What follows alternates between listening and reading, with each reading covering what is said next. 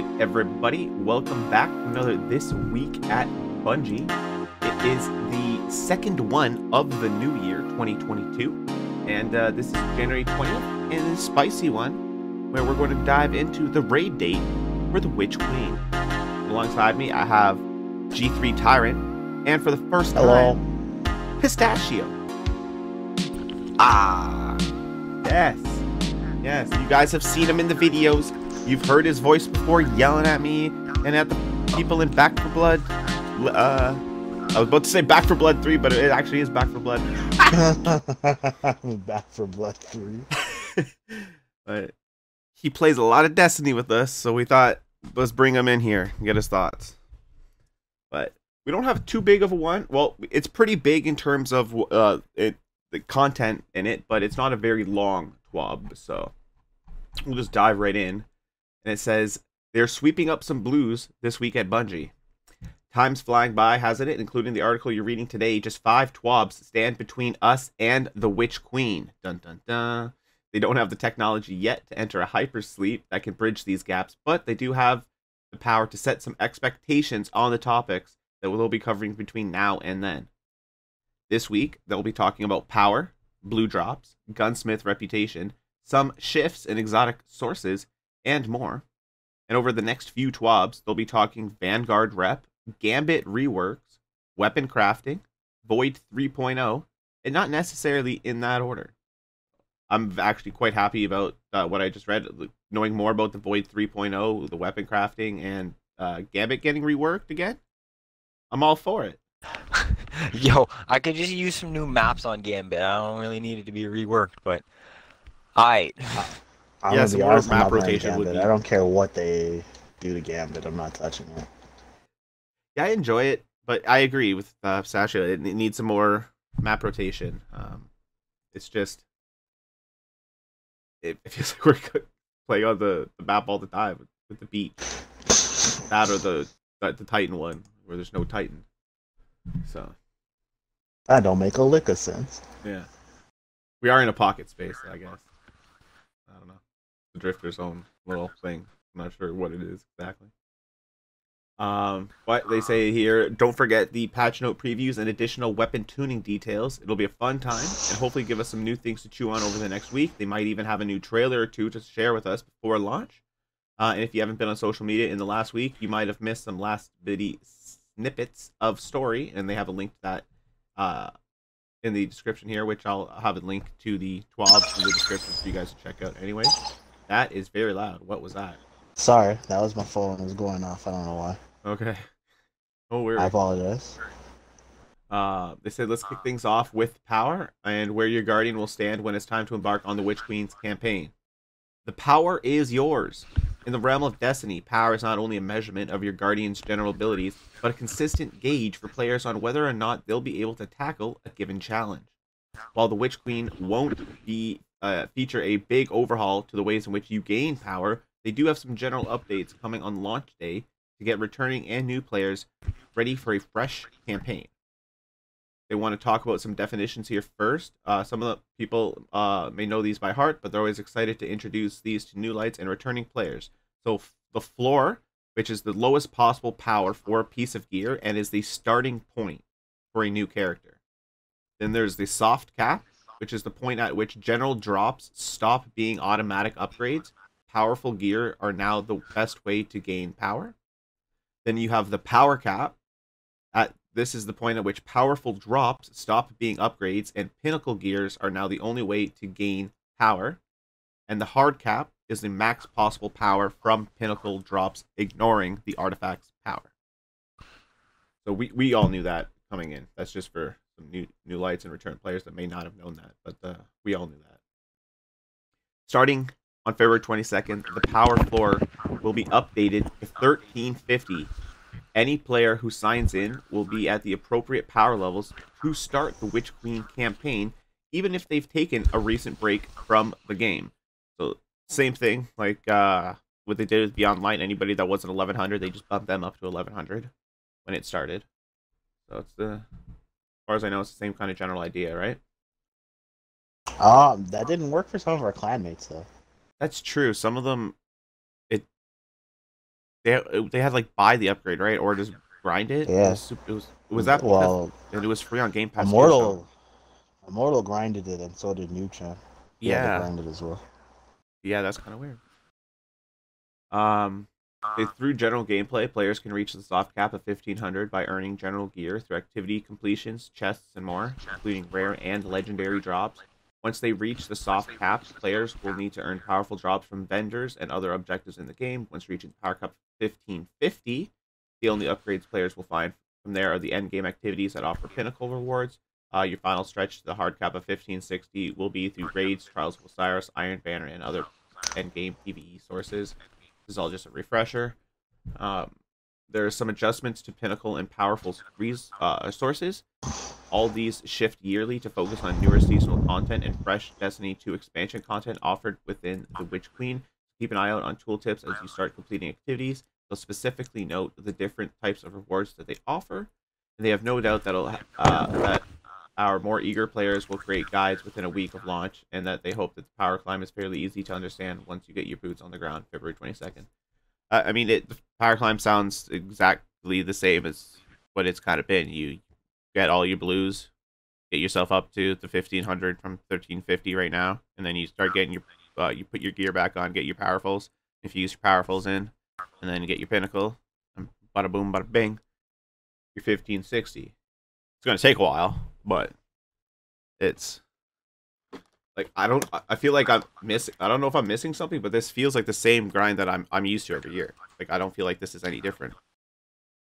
Yeah, no, it sounds the same. I think we're good. Yeah. Yeah. Okay. Moving on here, they say designing an economy is easy, right? Short answer, absolutely not. Nothing in game design is easy, especially when tackling various currencies and exchanges that Destiny 2 offers. This week, they'll be diving into the economy feature lead Joshua Kulinski and speaking on some of the exciting changes on behalf of the team. Joshua here states that beginning in Witch Queen, blues, aka rares, rewards will stop dropping from playlist activities, Crucible, Strikes, and Gambit, once players have reached the soft cap. Players above the soft cap, which is 1500 power in the Witch Queen, will instead see a slightly increased chance at receiving legendary rewards from these activities or a small amount of legendary shards. So you'll either just get nothing or you'll get a legendary reward or a legendary shard, but you won't get the blues anymore. It actually says they'll stop dropping from those activities, which honestly I'm fine with, because they take it, like once you're at that point you don't need them anymore, and they'll stop taking up all my postmaster space and potentially shoving something out that I didn't want shoved out because it allows me to stay in the activity longer without having to go back to my postmaster for I agree. For what's realistically no reason. Yeah. Like it's just a bunch of useless stuff to me. Yep, I agree. The blue weapons and armors will continue to drop from enemies and chests, though, while playing Destiny 2. They hope that this will reduce the amount needed for players to manage their inventories and frequency visits to the postmaster when running the plays activities. Exactly what you just said. So, that's good. But yeah, they'll still drop from enemies and whatnot. They can't stop that, but I mean, that's fine. That's a lot less frequent from them, and I've been finding when you're a higher power cap anyways, they drop purples. Blues are every now and again, but like I feel like it's not as often as just going into strikes and whatnot. They have some work ahead of them. They said when it comes to rarities such and the subject in Destiny 2, while blue gear helps players increase their power early in the game, they want to look at their place in the overall game. They aren't expecting any major changes in the next few seasons, but will be spending some time behind the scenes thinking about the future of rare drops all up. So potentially even taking them completely out of the game. But this is definitely a good start. So I like this a lot. Thank you, Bungie. Yeah, I don't know, I don't think they necessarily need to be taken out, but yeah, like if they could find a way to make adjustments to the enemies where like instead of it dropping a blue for you, like just give it the effect of the Rainmaker. Or whatever it is, where you get extra glimmer off the enemy. Yeah. So, like, I don't know. I feel like that could be a possibility, because They should just honestly give us a feature where we can just, once we hit the soft cap or whatever the case may be, whatever we want to do, just have it in the options, in the settings. Auto dismantle blue. Yeah. Yeah, that would be huge. That's That's our it. choice. It's not an automatic thing, and we're choosing for that to So happen. So I completely agree with that. Mhm. I like that. so it's just like it doesn't create this problem where it's like, how do we stop enemies from dropping blues, but chests, will still drop blues. It's just like, just let me just auto decrypt everything. Like if it's that big of a deal, like All they're gonna do give is me a give you blanket glimmer, feature. and you need glimmer for everything in the game, anyways. So like it's So taking out blues isn't exactly going to be a resolution. Like you need them for, certain things, for glimmer mostly, and maybe like the gunsmith materials, which like they're getting rid of, I guess, so that doesn't even matter anymore.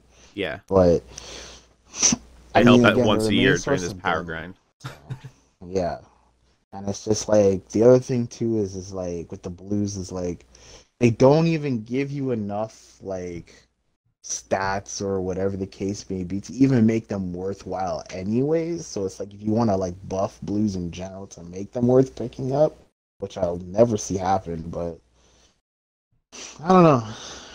I think you should just give us a feature where you can just auto dismantle.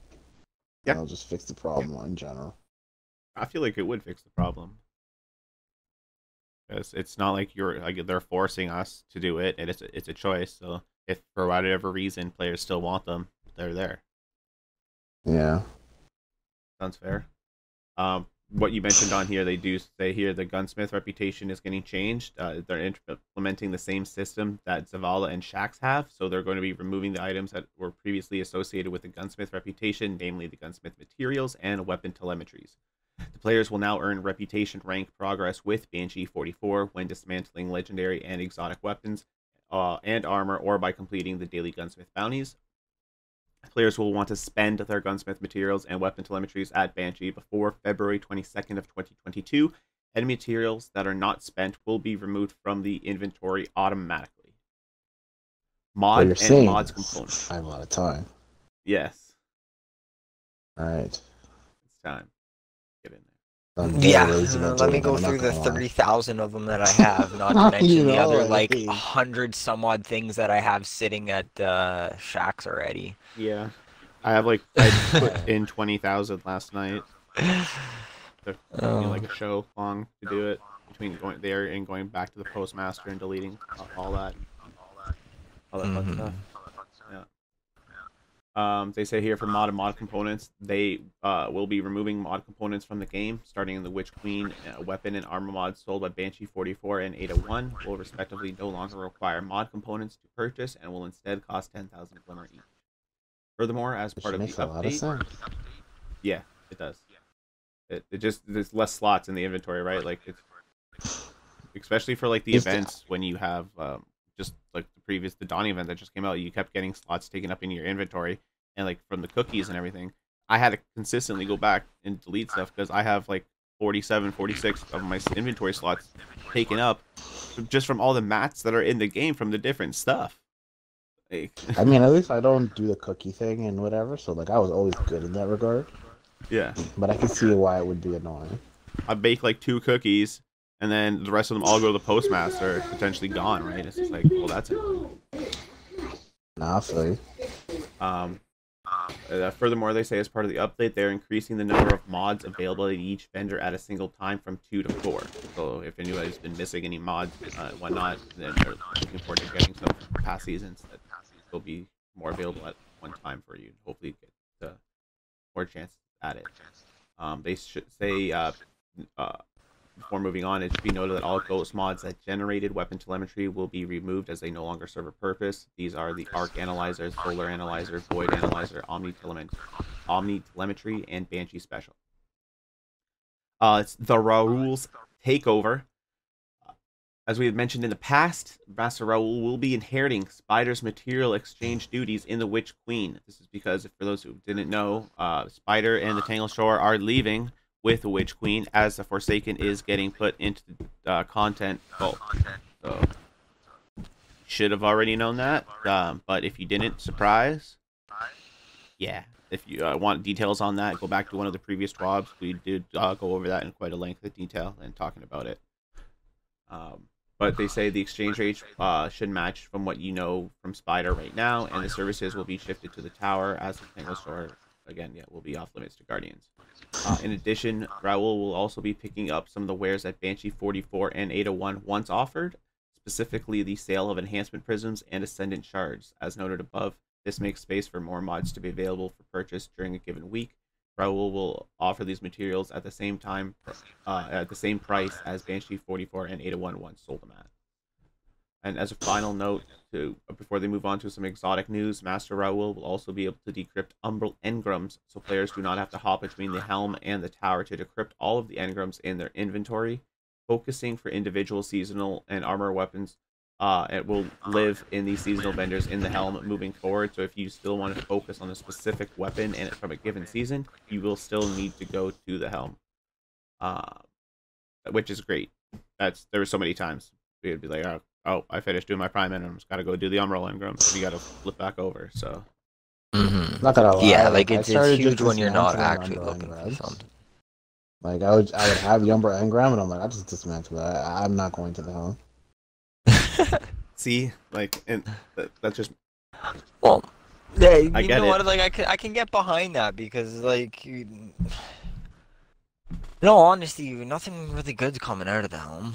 Like It's really not. Like once Aside you from get the 'cause at seasonal stuff where they've added in the extra pieces, right? So like we can now go into like the portal and see Queen Mara and see Savathun there. Then we can go to the other one, go to our fallen friends and the fallen. I don't part even of the care city. about those people. The only reason why I ever went to the The, like, helm was to Sneak get a always god call them the roll, fallen. grid skipper. That's all I wanted. A god roll, grid skipper, and I got it. So I was just like, I can dismantle this crap now. I don't need this anymore. Yeah. Well. Moving on. They want to talk about the exotics.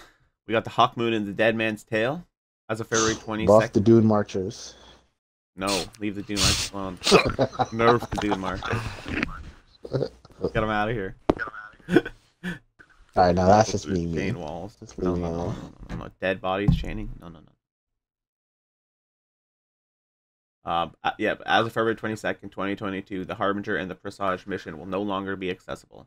The team still wants to preserve the ability for players to obtain random rolls of these weapons. Therefore, instead of adding them to the Monuments of Lost Lights, as they've done for the previous exotics that no longer have sources, these two weapons will show up as part of Xur's inventory on each weekend.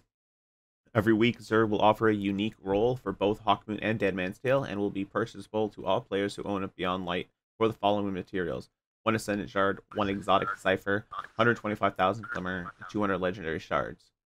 As well as the Hawkmoon and DMT and the Aegir's Scepter Catalyst will be moved to the playlist activities, such as Strikes, Crucible, and Gambit. In addition to those, they're also adding in the Outbreak Perfected, the Whisper of the Worm, and the Fourth Horseman catalysts all into those same categories, so you can now get them and mass work them for those that haven't been able to do it because they've essentially been locked out of the game.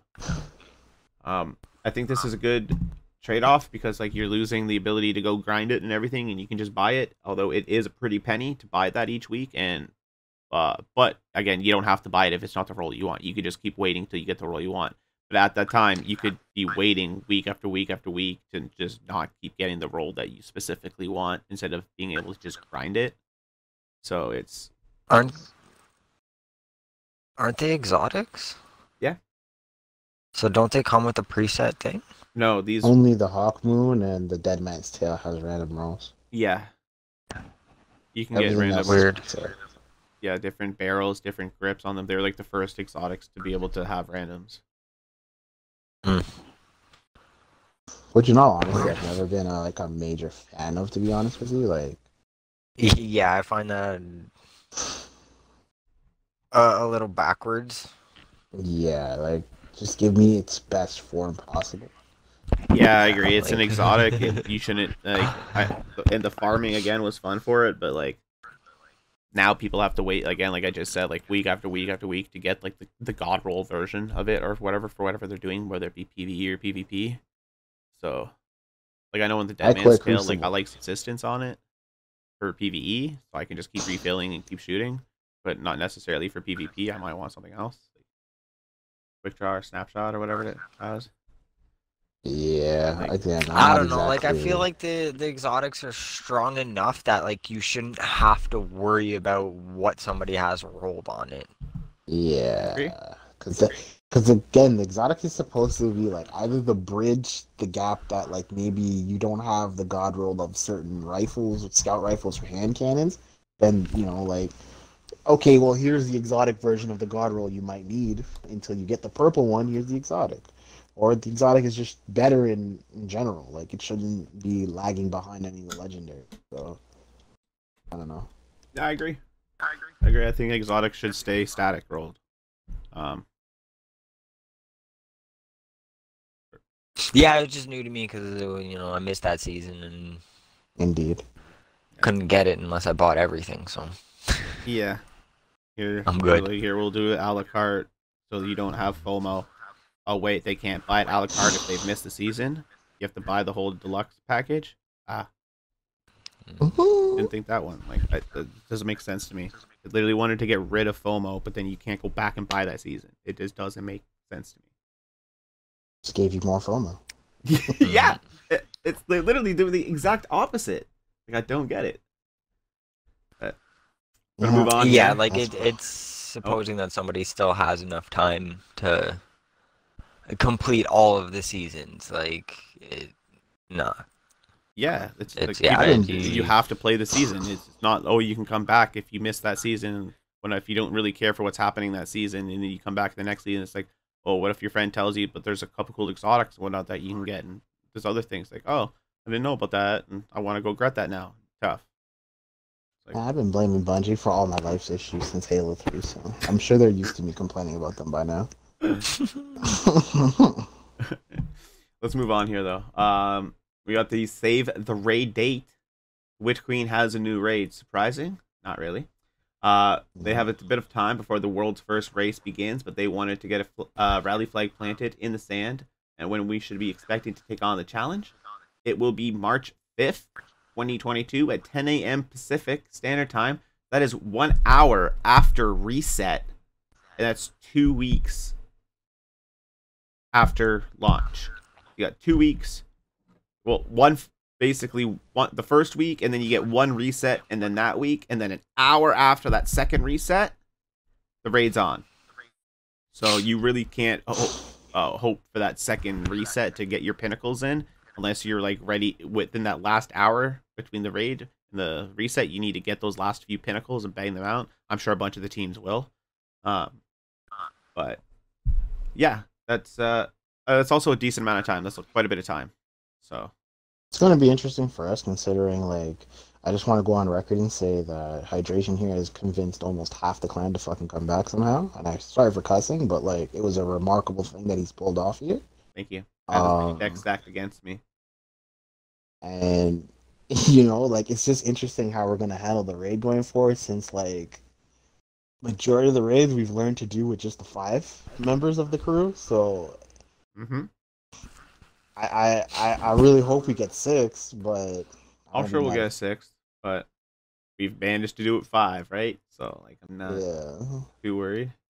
We'll figure it out. I always like to watch the world's first too. We don't usually we've never participated, but I always enjoy watching it. It's such a fun time. I've never watched it. I tried and then I fell asleep.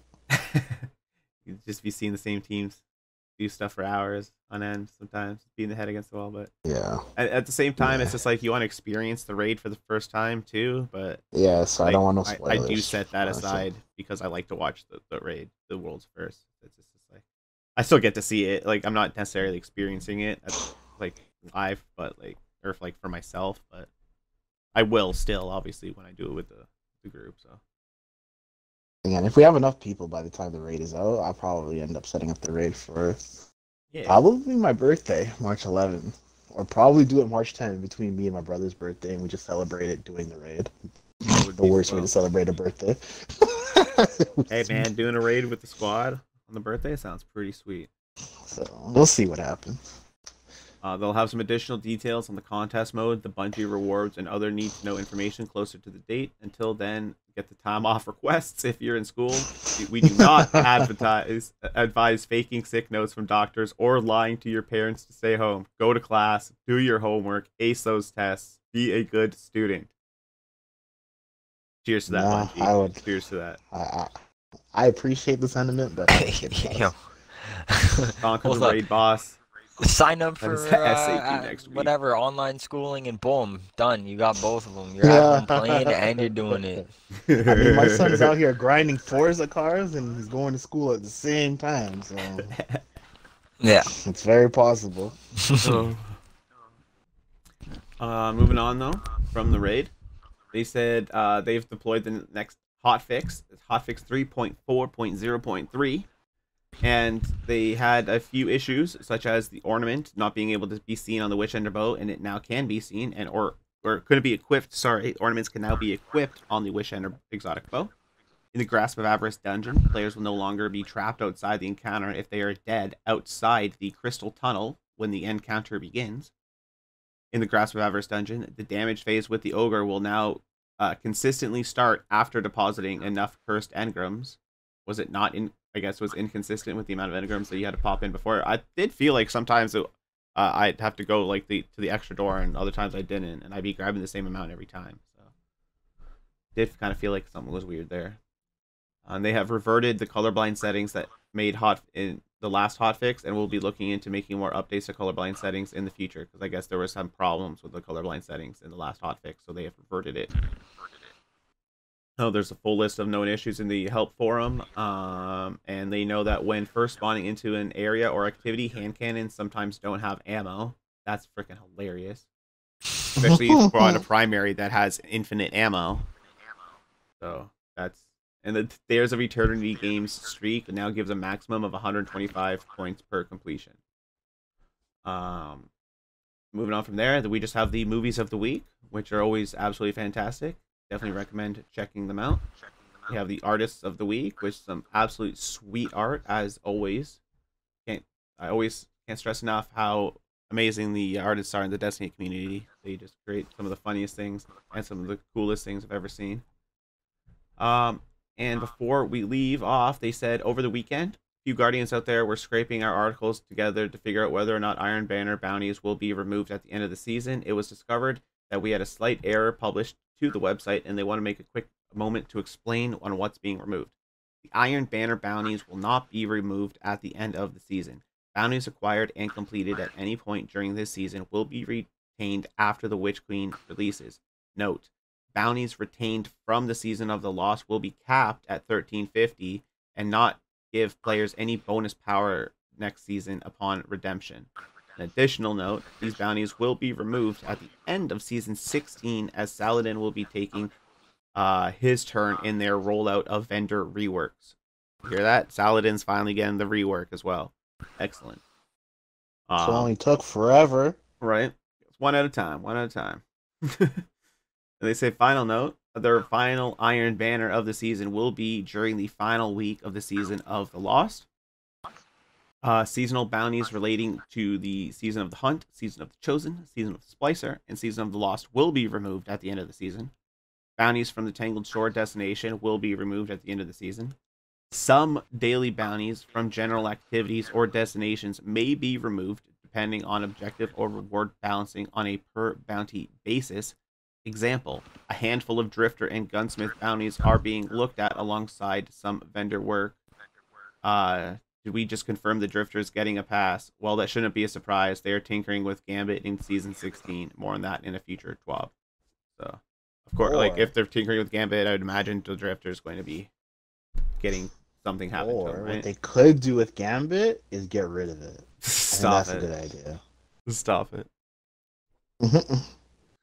They said if you do not want to lose your rewards, they highly recommend that you turn in your bounties before a new year of Destiny content hits the servers. While some of you are looking to rank up your artifact a bit faster than others, we expect many of your mod unlocks to come from completing bounties and jumping into quest activities afterwards. Take your time. You'll unlock all the goodies. They have no doubt. And that does it for this Twab. But like, yeah, some people like to like stack up on the bounties, you know, and just spam them. Like they'll have like just dozens and dozens of bounties ready to turn in. Yeah, no, I'm just concerned with, oh, you'll get all the goodies. Will I? Will I really? Or am I gonna get the chattering bones 7 times? I think they mean that in the sense that for the artifact you'll unlock all the artifact mods. Like, but yeah, that does it, folks. Any final words? Anyone want to add on? No. No, I think I'm good. That was good. I was ready for I'm excited for the raid. Ready for the raid race, and yeah, that will do it for this Twab. This again was on January 20th, 2022, and hope you guys liked it. If you did, it'd be absolutely wonderful if you could hit that like button. Please do subscribing to the channel for more content in the future. And until next time, have yourselves an absolutely wonderful day. And as always, stay hydrated, because hydration is key. Peace. Peace.